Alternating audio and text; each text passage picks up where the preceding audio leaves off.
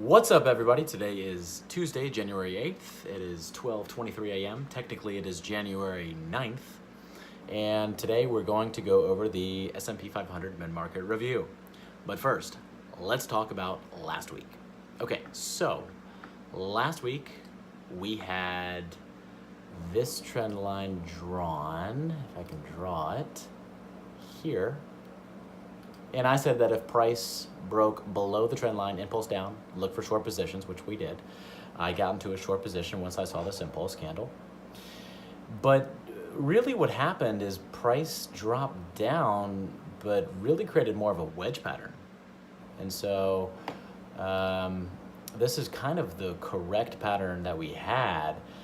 And then as you can see on January 4th, the market impulsed up.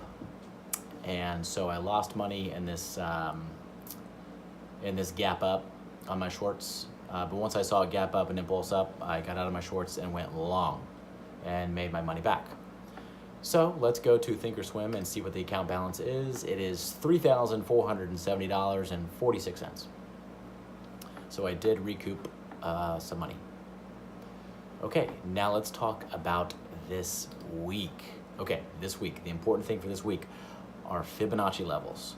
So Leonardo Fibonacci was a mathematician, and he came up with these golden ratios.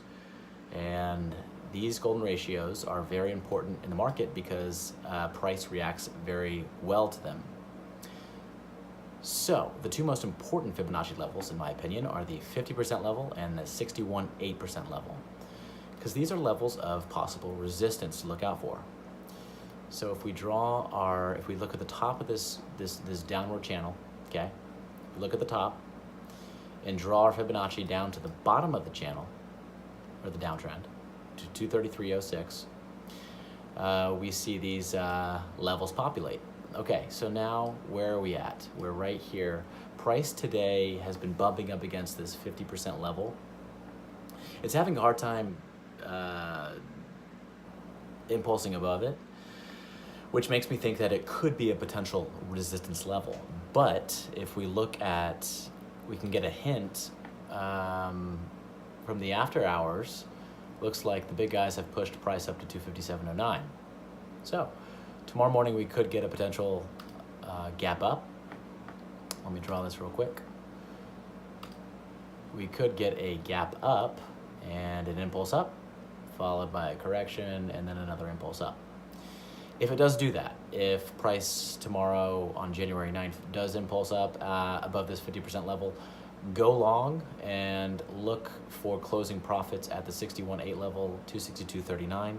It could happen by the end of this week. It could not. It might correct a little bit further and then shoot up again. But if price does close above this 50% level, like I said, look for long positions, and your stop should be 262. Get out at the 61.8 level, which is 262.39. However, if tomorrow price kind of continues to teeter-totter here and then impulse down, look for short positions, because that would confirm a resistance at this 50% level, and that could mean a continued downward trend, correction, downward trend, and that would mean that we are still, in fact, in a bear market. So that is the look at this week. Also, one more thing, if price does in fact get up to the 61.8 level, and if it shoots above it, if it breaks above it, that would confirm the end of a bear market and the beginning of a new trend. So that would mean more of a bullish trend going forward. So pay attention to these areas of resistance, the 61.8 and the 50% level. Don't get in trades too early. Make sure that the price sufficiently breaks above to enter into your positions. But I am looking for possible long positions this week if price does in fact break above this level. Okay. Next week is January 15th. I will be traveling. I'm going to Thailand, and I will be back on January 22nd. If I'm not too jet lagged, I will make a video on Wednesday the 23rd, and we will go from there. Okay, good luck, guys.